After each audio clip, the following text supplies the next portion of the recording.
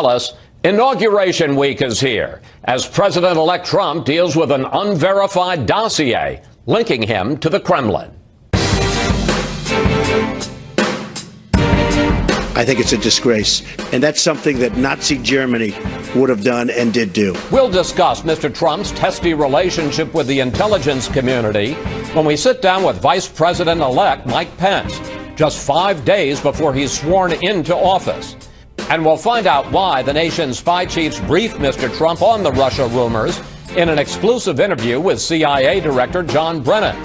We'll also ask him about the hot spots the Trump team faces, from ISIS to China. John Brennan, only on Fox News Sunday.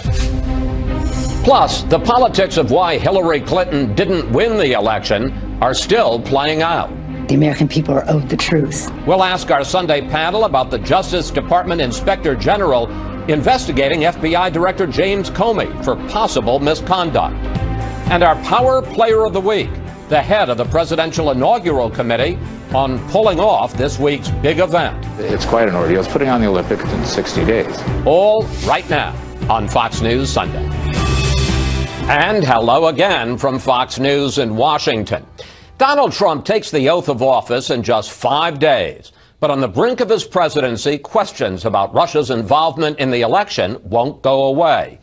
Today, we want to discuss that and the Trump agenda with a man who will be sworn in next Friday as vice president. We are honored to be joined here in studio by Mike Pence, Mr. Vice President-elect. Welcome back to Fox News Sunday. Thanks, Chris. Good to be here. It's an exciting week. Democratic Congressman John Lewis, one of the icons of the civil rights movement, says that he is not going to attend the inauguration, and he has explained why. Here he is. I don't see this president-elect as a legitimate president. What's your reaction to Congressman Lewis? Donald Trump won this election fair and square. 30 of 50 states, more counties than any Republican candidate since Ronald Reagan, and the American people know that. While I have great respect for John Lewis and for his contributions, particularly to the civil rights movement, I was deeply disappointed to see someone of his stature question the legitimacy of Donald Trump's election as president and say he's not attending the inauguration. And I hope he reconsiders both positions. You know, we've even had recounts in this election where the numbers for the president-elect have actually gone up. There's no question about the legitimacy of this election, and for John Lewis to make those statements is deeply disappointing. But this is also is disappointing too, because I truly do believe this is a time when the American people should be celebrating the peaceful transition of power. That's what this week is really all about, Chris. And to know that 4 living presidents will be on the stage acknowledging that peaceful transition of power. The world will be watching, will hear the first remarks that Donald Trump will make as president of the United States in his inaugural address.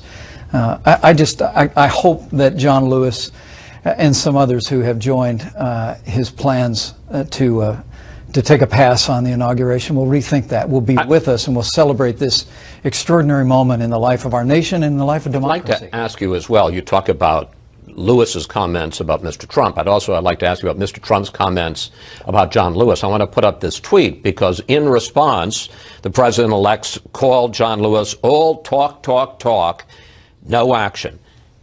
Can he really say that about the man who got his head cracked open walking across the Pettus Bridge in Selma, Alabama on Bloody Sunday? All talk, no action? Well, do you think that's appropriate? I think Donald Trump has the right to defend himself when someone of John Lewis's stature, someone who's not only an icon in the civil rights movement, but also someone who, by virtue of his sacrifice on that day that we know as Bloody Sunday, he crossed the Edmund Pettus Bridge and he suffered that abuse. And it was through that the Voting Rights Act itself, for someone to use his stature, to use terms like this is not a legitimate president, it's just deeply disappointing to me. And I hope he reconsiders it. But what Donald Trump was talking about there was literally generations of failed policies coming out of Washington, D.C. that have failed too many families in too many cities across this country. I will tell you, Donald Trump is a man who is profoundly impatient with failure, and you saw in the campaign. He went to major cities in this country and said, we're going to bring safety to our streets. We're going to bring school choice to our children. We're going to bring jobs and opportunities to our cities. You remember that great line, what the heck do you have to lose? He is committed to being president of all of the people of this country and to bringing jobs and prosperity in ways that the failed liberal policies of the last several generations have not. Let me pick up on another controversy this week, because Mr. Trump has been going after the intelligence community, especially after they briefed him, and it became public that they had briefed him about this unverified Oppo research that the Kremlin allegedly had put together on him. On Friday, Mr. Trump sent these tweets, probably released by intelligence in quotes, even knowing there is no proof and never will be. Does the president-elect really believe that the intelligence community is trying to undercut him? And does he stand by his comparison of those tactics to Nazi Germany? Well, I think, and obviously, the briefing that the president-elect and I received a week ago was a classified briefing, and I can't comment on anything that happened there. And well, the intelligence community has, and I never will. But they have verified that they did brief him on this Oppo research. But the very fact that a few news organizations, not this one, trafficked in opposition research and this salacious garbage, I think was deeply troubling to millions of Americans. And but what about the intelligence community? Whatever the source, and we don't know what the source was that put this into the traffic. I know the Director of National Intelligence said that this information had been floating around for months. I think for the president-elect and I, it was an act of irresponsibility by a handful of news organizations to actually traffic in and pay attention to these materials. And again, I think the American people saw it for what it was, and our focus is going forward. When you see the team that the president-elect has assembled in the course of this transition, particularly when it comes to national security, in General Mattis and in Senator Dan Coats and in Mike Pompeo, you're going to see an effort to reinvigorate our national security, national intelligence, and the president's going to see to that from day one. Let's talk about policy going forward, because the president-elect seemed to suggest in an interview this weekend with the Wall Street Journal that he might dramatically change relations with Russia and, in fact, lift sanctions against Russia if they begin to cooperate with us on ISIS and other areas. I want to put up a quote from that interview. Mr. Trump said, if you get along and if Russia is really helping us, why would anybody have sanctions if somebody's doing some really great things? How quickly might he end sanctions on Russia? Well, I think the president-elect has made it very clear that we have a terrible relationship with Russia right now.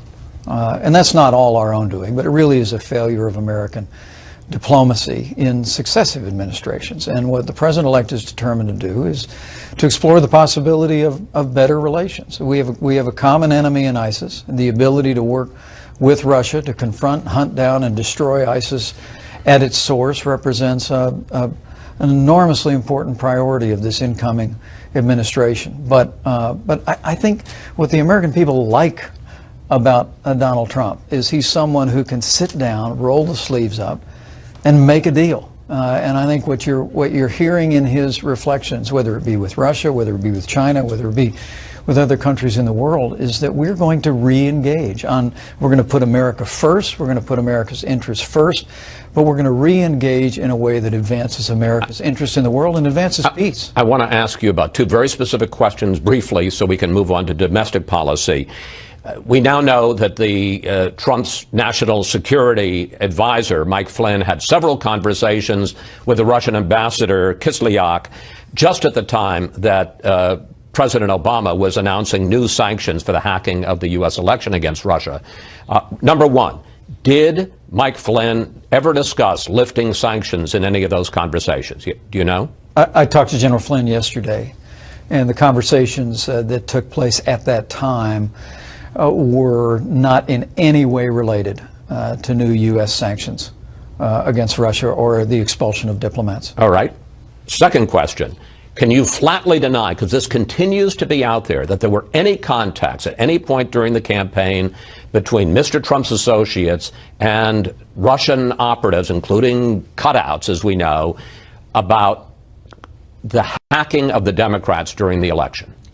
Well, some of this derives from this opposition research memo, I guess, Chris, that made its way around the internet. I remember there was about 24 hours where Michael Cohen, who has worked in the Trump Organization for many years, was accused of having a meeting in Prague, and finally some news organization did a little checking and found out that it was a different Michael Cohen, and Michael himself had never actually been to Prague. But I do want to ask was at a baseball game with his son in August of last year. I understand that, but there's been other talk, and in fact, if I may, the senators specifically asked FBI Director Comey about that, and he refused to answer. So I'm asking you a direct question. Was there any contact in any way between Trump or his associates and the Kremlin or cutouts they had? I joined this campaign in the summer, and I can tell you that all the contact by the Trump campaign and associates was with the American people. We were fully engaged with taking his message to make America great again all across this country. But have you ever asked Mr. Trump whether there were any election. contacts, sir? I'm just trying to get an answer. Yeah, of course not.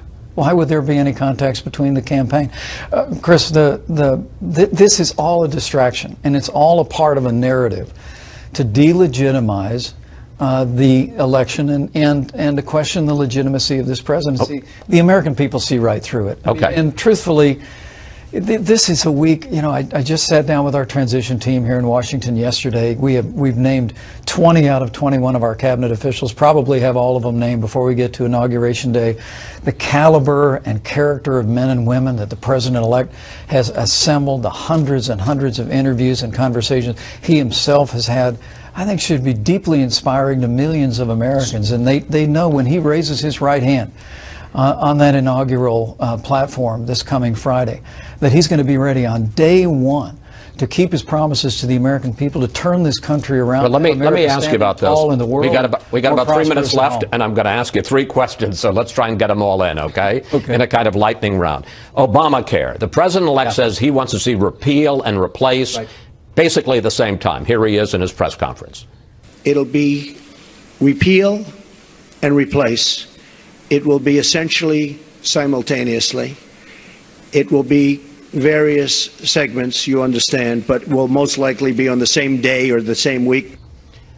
I don't have to tell you that replacing is a lot more complicated than repeal, especially how do you pay for some of the provisions of Obamacare you want to keep, like the pre-existing conditions.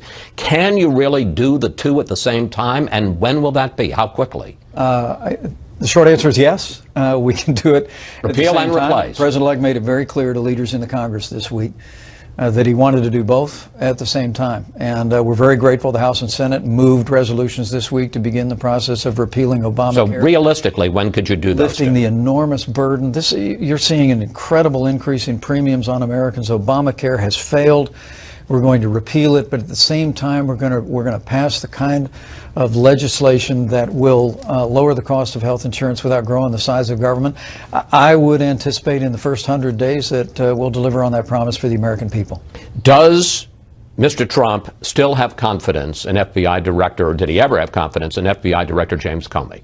Well, you'll have to ask him about that. I know it's been a subject of some commentary this last week, but at the end of the day, I know that whether it's our security at home or abroad, the president-elect is going to put the safety and security of the American people first in every decision. So you're not willing to give him a vote of confidence at this point? Well, you'd have to ask the president-elect. I know they've had conversations, and that'll be a good question for him after January 20th, Chris. And finally, minute left, central message. Central theme that President Trump wants to advance in his inaugural address, the message he wants to send to the American people?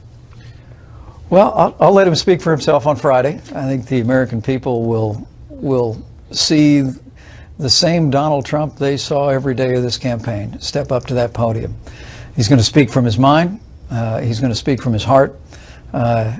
And he's going to lay out a vision to make America great again. And I have to tell you, Chris, when when I stand there surrounded by my family and take the oath of office as Vice President of the United States, all I'll be thinking about is what an honor it is to stand next to a man who I know can restore and revive this country. And I'll also just be thinking of, as a grandson of an Irish immigrant, what a great country this is. I should also point out you're going to be taking the oath of office on the Reagan Bible, which I gather that's the first time it will have been used since Ronald Reagan put his hand on the Bible back in the 80s. And I know how much you revere Ronald Reagan. That's going to be a pretty emotional moment. It will be, and to have the oath of office administered to me by Justice Clarence Thomas, someone who I admire for his philosophy, for his courage on the bench in his 25th year on the Supreme Court. Again, it's just very humbling for me. We're approaching it with prayer, but with deep, deep gratitude to the President-elect for his confidence, and deep gratitude to the American people who have elected Donald Trump and elected a man who I know is going to make America great again. Mr. Vice President-elect, thank you. Thank you for joining us during this very busy time, and it's always a pleasure to talk with you, sir. Thanks, Chris. Up next, the outgoing chief of the CIA, John Brennan, on those Russia rumors, Mr. Trump's relationship with the intel community, and the hotspots he'll face around the world. A look at the inaugural stage on the west front of the Capitol, where Donald Trump will take the oath of office on Friday. Mr. Trump begins his presidency in an extraordinary split with the intelligence community, a split that only widened after they presented him with unsubstantiated Oppo research the Kremlin allegedly compiled, a file that quickly went public. Joining me here in Washington for an exclusive exit interview is the outgoing CIA Director, John Brennan. And Mr. Brennan, welcome back to Fox News Sunday. Good morning, Chris. President-elect Trump has made it clear, as we've just discussed, that he believes that the intelligence community put out information about this unverified dossier in order to undercut him. Here's what he said at his press conference. I think it was disgraceful that the intelligence agencies allowed any information that turned out to be so false and fake out. I think it's a disgrace. And I say that, and that's something that Nazi Germany would have done and did do.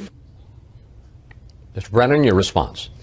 Well, I think as the Director of National Intelligence said in his statement, this is information that's been out there circulating for many months. So it's not a question of the intelligence community leaking or releasing this information. It was already out there.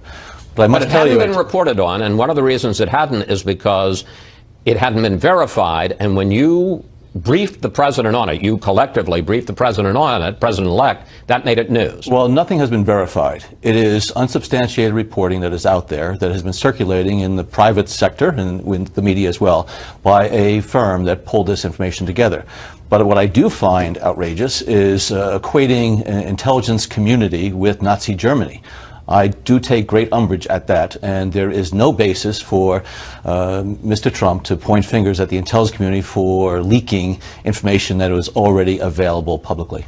But it wasn't available publicly. Various news organizations, if I may, various news organizations had it, but they weren't reporting it because it hadn't been verified. And this brings me to the real question, Director Brennan. Why on earth would the nation's intelligence spy chiefs brief President-elect Trump in your first meeting collectively with him on this unverified information? First of all, it wasn't intelligence, it was rumors.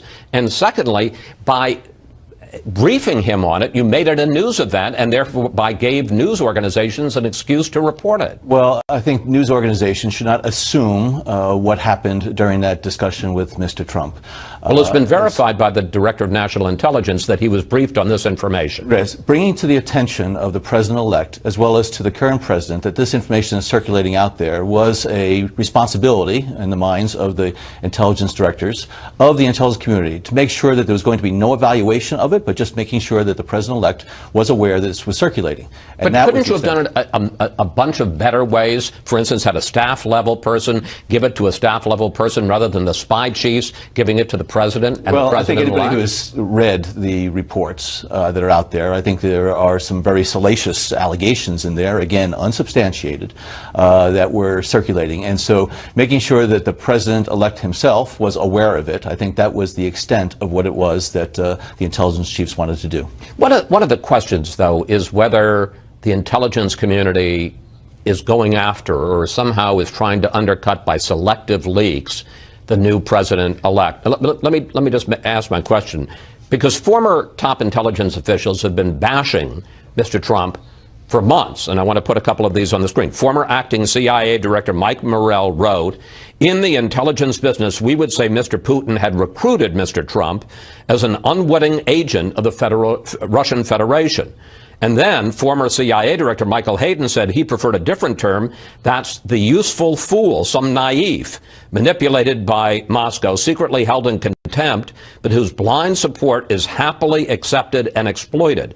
Can you understand, given that, and given all these leaks that have been coming out for months, that why the president-elect would think the intelligence community had it in for him? Well, these are private citizens now who are speaking about the current political environment, about individuals, and so I'm not going to try to defend or explain what they said.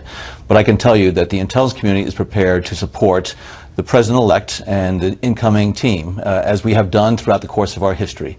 So there is no interest in undermining the president-elect and the national security team that's coming in. It's our responsibility to make sure that they understand exactly the dangers that are on the world stage, so that as they decide on which policy courses they want to pursue, they have the full benefit of the expertise, the capability, the experience, and the intelligence that we have, so that they can make the best decisions for this country. You said you were offended, and understandably so, by his comparison to Nazi Germany.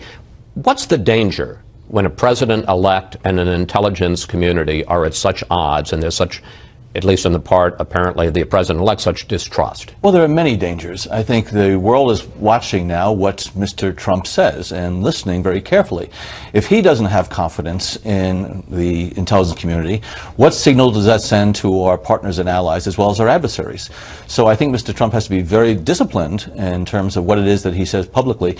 He is going to be, in a few days' time, the most powerful person in the world in terms of sitting on top of the United States government.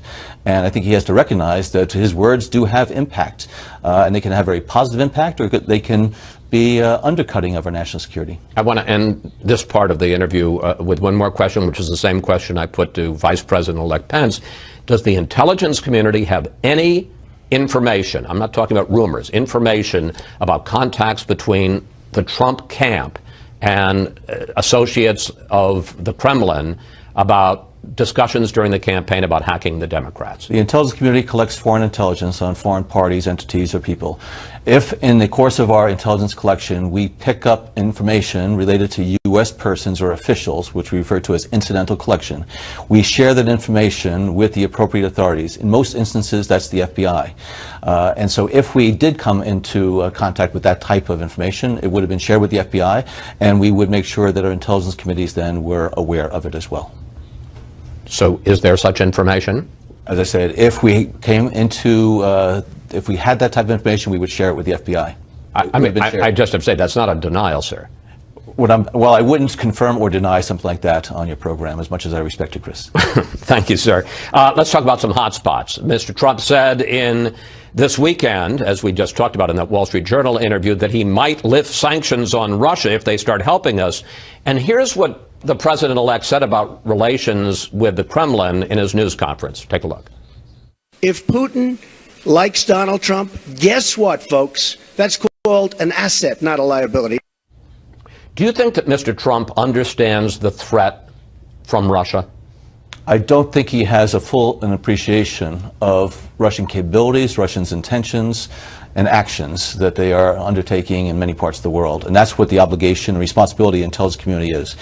I very much hope that our relationship with Russia improves in the coming administration. Absolutely, because there are very important things we need to do, not just on counterterrorism, but trying to deal with political instability around the globe. But there is a fair amount of responsibility on Russia's part to change their behavior, change their actions. And what we need to do is to make sure that Mr. Trump and Vice President-elect Mr. Pence understand exactly what it is that we know, what we have intelligence about, so that when they make those decisions, they will be informed decisions. Are you concerned when you hear Mr. Trump in that interview with the Wall Street Journal already talking about a situation where he might lift sanctions? I think he has to be mindful that he does not yet, I think, have a full appreciation, understanding of what the implications are of going down that road, as well as making sure he understands what Russia is doing. What are the implications of going down that road? Well, when we look at what's happening in Ukraine and what's going on in Syria and what is happening in the cyber realm, I think Mr. Trump has to understand that absolving Russia of various actions that it's taken in the past number of years is a road that he, I think, needs to be very, very careful about moving down. From your vantage point at Langley, as the director of the CIA, what's the most immediate and pressing crisis, foreign policy, national security crisis, that Mr. Trump will face? The problem is, or the challenge is, that he's going to face numerous ones immediately. You have the problems of terrorism, clearly, the cyber challenge that we just started talking about in terms of our elections and other types of cyber capabilities that other countries have. North Korea, increasing development of its nuclear and ballistic missile capability. Instability that has racked the Middle East. There are so many issues that the new administration is going to have responsibility for on day one, and that's why we're trying to make sure that he and his team are fully briefed up on all of these issues. As you have heard, and I don't know if you're able to say this, but you're 5 days from leaving office, what do you think of his plans, his prescriptions, what he's saying about these various trouble spots, crises, challenges around the world? Well, what I think Mr. Trump has to understand is that this is more than being about him. And it's about the United States and our national security. And he has to make sure that now that he's going to have the opportunity to do something for our national security, as opposed to talking and tweeting, he is going to have tremendous responsibility to make sure that U.S. national security interests are protected and are advanced. And so I am very much hoping that he has some very good people that he has pulled together. Jim Mattis, Mike Pompeo, John Kelly, and others. I think they are the ones that are going to be able to give him some wise counsel about what he needs to do and not be very spontaneous in his words and his actions. Spontaneity is not something that protects national security interests. And so therefore, when he speaks or when he reacts, he has to make sure he understands that the implications and impact in the United States could be profound. Again, it's more than just about Mr. Trump, and it's about the United States of America. Finally, you are ending 8 years of service as one of President Obama's top national security advisors, both in the White House and then also as CIA director. What, looking back on these 8 years, what is your greatest source of pride and what is your biggest regret? The first source of pride being part of an administration that really has tried to advance the interests of peace and stability around the world at a very challenging time. Bringing bin Laden to justice, being able to prevent a recurrence of a 9/11 attack here in the homeland. These were things that the administration and the government as a whole really did some great work. Regrets, when I look at the situation in Syria, I think my heart and a lot of hearts bleed over what has happened to that beautiful country. And I regret that we were not able to find a way to arrest the growth of violence and bloodshed there so that we could make sure that Syria is going to have a future for at least the next generation of Syrians. And that's the one area that I'm very regretful about. Very briefly, is there a policy that you now believe, with hindsight, could have worked to stop the carnage and interrupted the Civil War? Well, 2020 hindsight is always, quite clear. Looking back now over the last 6 years, the way some developments happened, the growth of ISIL didn't exist at the time. I think a lot of countries, including the United States, could have been more aggressive and proactive in terms of what we should have done to prevent the deterioration into there's so much bloodshed in Syria. Director Brennan, thank you. Thanks for your time.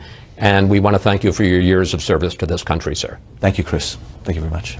Up next, we'll bring in our Sunday group to discuss the Russia intel and this week's confirmation hearings where Mr. Trump's top cabinet picks discuss some surprising disagreements with their new boss. It's never been written, it should never have been had, and it should certainly never have been released. I always wondered, what did Russia have on Donald Trump? Mr. Trump and House Democratic leader Nancy Pelosi reacting very differently to that unverified Russian dossier that supposedly has compromising information on the new president. And it's time now for our Sunday group. Gerald Seib, executive Washington editor of the Wall Street Journal. Bob Woodward from the Washington Post.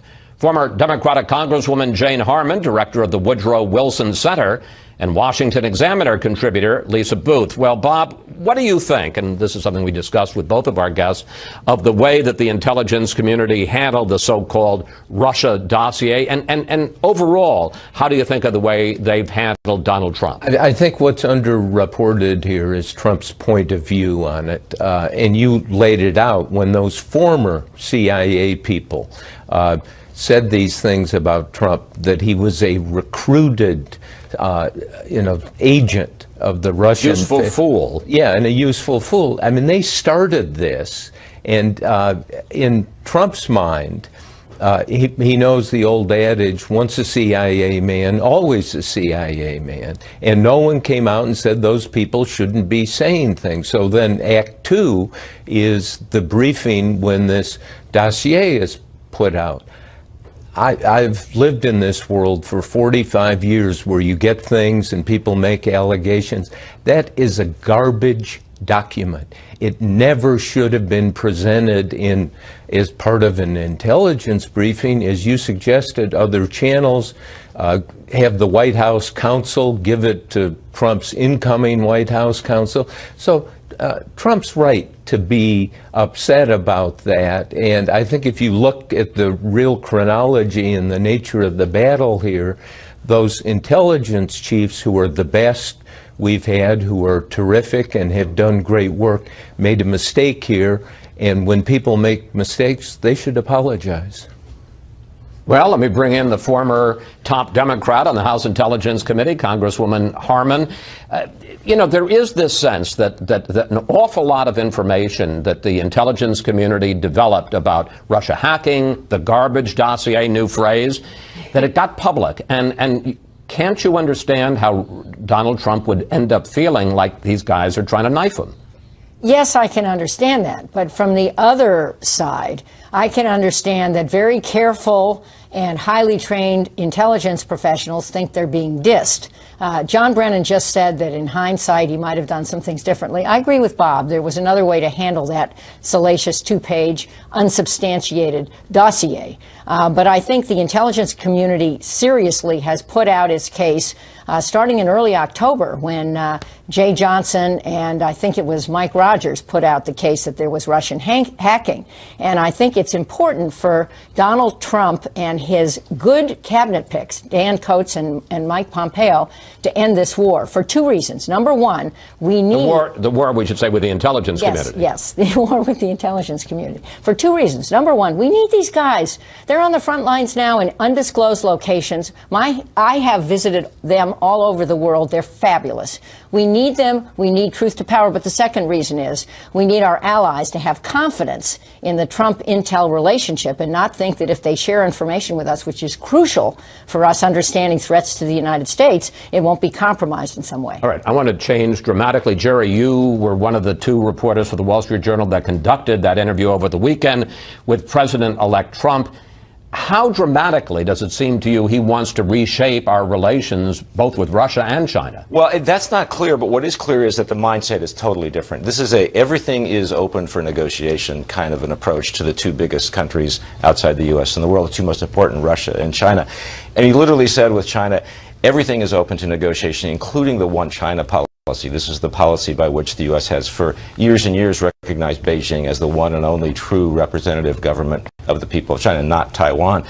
And on Russia sanctions, he said, I'll keep the sanctions in place for a while, but we'll see how the Russians behave. And it's very much a transactional kind of an approach to foreign policy. You're nice to us, we'll find ways to be nice to you, and vice versa. And it's going to be different. I mean, people will argue the wisdom of it, but the one thing that's clear is that the mindset going in is going to be different. The Senate started holding confirmation hearings for Trump's cabinet picks this week, and one of the things that everyone noticed is the sharp differences between the nominees and Mr. Trump. Let's put some of them up on the screen. There were real differences over the threat posed by Russia, waterboarding, building a wall, and tearing up the Iran nuclear deal. My number one priority is to dismantle the disastrous deal with Iran. It is an imperfect arms control agreement. It's not a friendship treaty. But when America gives her word, we have to live up to it and work with our allies. Lisa, are we headed for a constructive debate, divergent opinions in the Trump cabinet, or are we headed for chaos? I think we are. I mean, look, Donald Trump. Well, which one? Good point. No, I think it's going to be constructive. So to answer that for clarity's sake. But, look, I mean, Donald Trump can't win here because he got a lot of criticism during the general election that he wouldn't take the advice of counsel, that he wouldn't take the advice of advisors. But he has surrounded himself with some very smart and capable people, as the CIA director pointed out in his interview with you, as far as General Mattis goes. And I think he'll have a lot more faith in the intelligence community when he does have some people there that he trusts, like someone like Mike Pompeo. In regards to Russia as well, I think the biggest problem here is the distrust, the erosion of trust in just institutions at large. When you have the fact that the media reported something that the New York Times said was very difficult to check, and even what can be checked is problematic, when the fact that you have sitting members of Congress saying that they're not going to recognize President-elect Trump as the president because he is illegitimate, when you have individuals that are calling for the abolishment of the Electoral College and we're calling for electors to defect. So I think the biggest problem that we are dealing with right now is the erosion of trust in all of the institutions, whether it's the intelligence community, the media, and government at large. All right. We're going to take a break here. And it certainly is worth noting, I think that Barack Obama came into office on this same week with an approval rating in the 60s, and Donald Trump's approval rating is in the 40s. So everybody's at loggerheads here in Washington. All right, we'll be back in a second. When we come back, an inspector general announces he'll investigate possible misconduct in the way FBI Director James Comey handled the Clinton email investigation. Plus, what would you like to ask the panel about the IG probe? Just go to Facebook or Twitter at Fox News Sunday, and we may use your question on the air. Evidence that they were extremely careless in their handling of very sensitive, highly classified information. If he has acted improperly and that the American people can no longer have faith in his ability to carry out justice, I think at that point someone should step down. Hillary Clinton's former campaign manager questioning whether FBI Director James Comey violated FBI regulations in being so public about the Clinton email investigation. This after the Justice Department's Inspector General announced he'll review Comey's actions. And we're back now with the panel. Well, Bob, as someone who's had a lot of dealings with the FBI over the last 45 years, did Comey violate FBI regulations in going so public? And frankly, should he step down? Well, I mean, he's got almost no friends right now. Lots of people are calling for his head.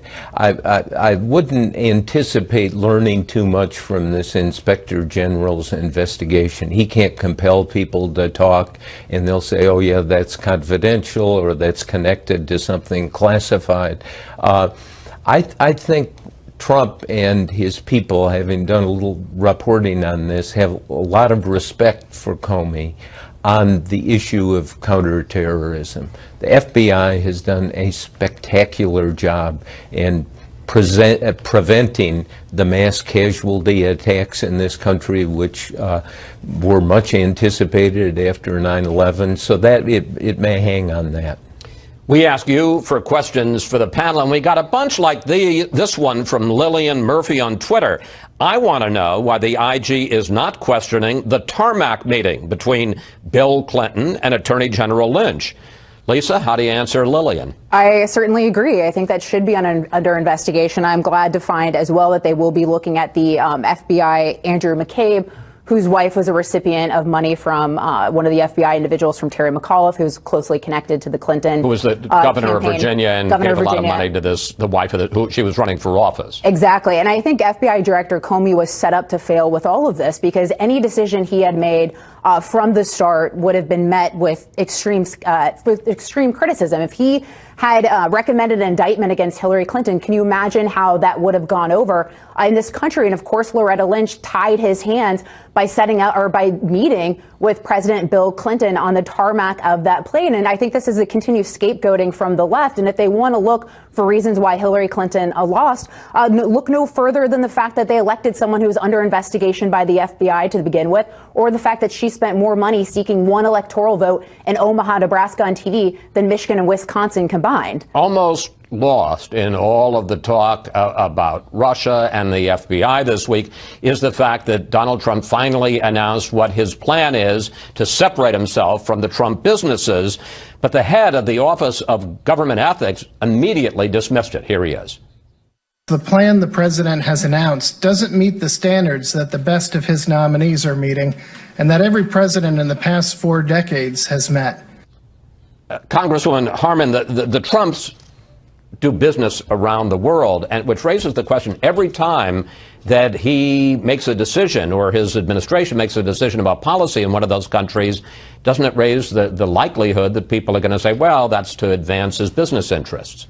Well, I think he wants this issue to be over. And in this town, appearance and reality are conflated. And I think he could do more. I'm sure Jerry has some specific ideas to stop this story. I just want to say a couple words about Comey. He certainly had my admiration for intervening in former Attorney General Ashcroft's hospital room to block a Bush administration effort to ratify or renew some surveillance standards against the standard legal procedure. But in this case, his actions this last year, to me, are inexplicable. Attorneys General or Inspectors General are supposed to be independent.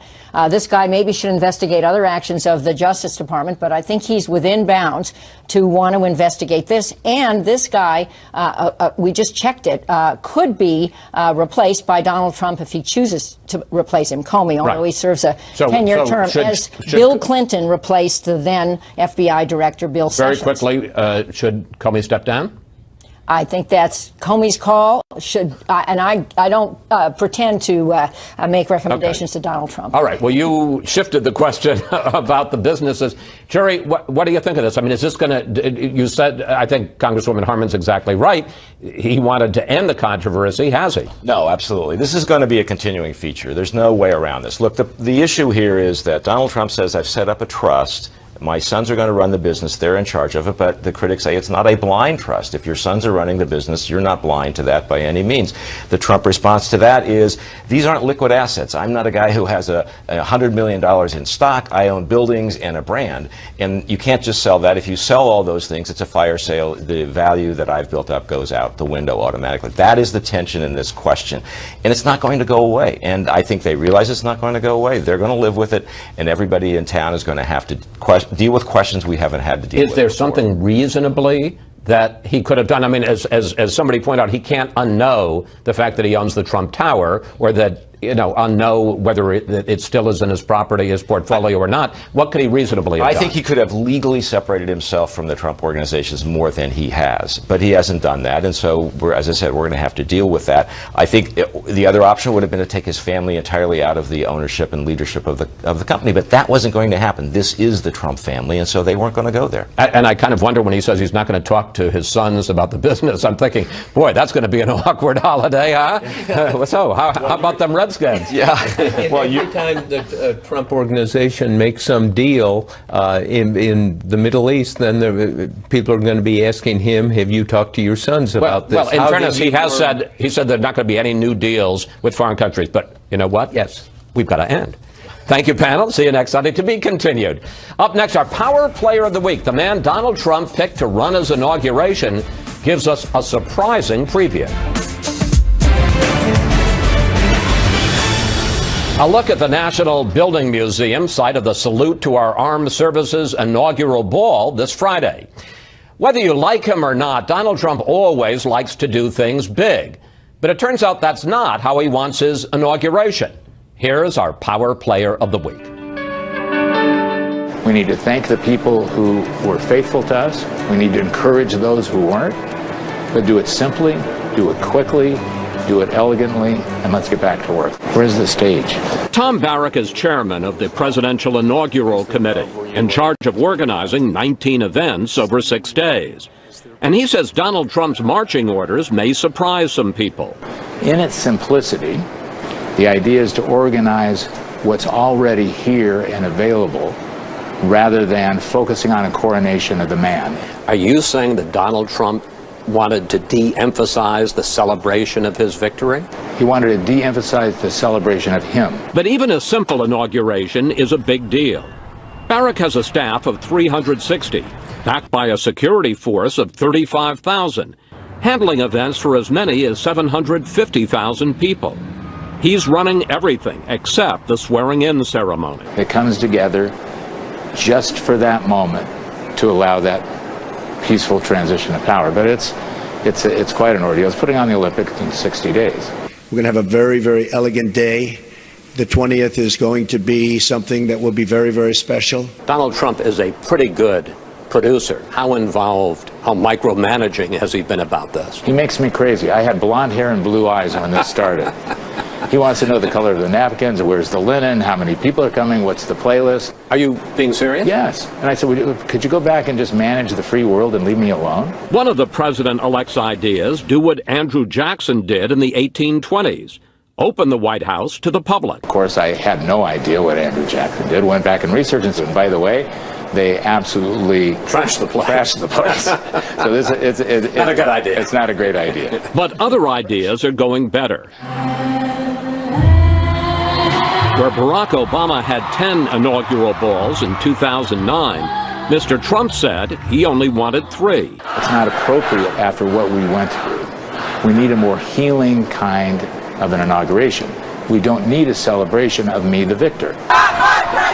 Of course, there will be protests, but Barak says as long as they're not violent, that's fine. Us remembering this dialogue is alive is a good thing, not a bad thing, and that comes from the president himself. So it's people getting hurt that's the issue, not protesting. Barak and Trump have been close for more than 30 years. Barak runs a private equity real estate firm with $58 billion in assets. But they've always known where to draw the line. He's one of my best friends.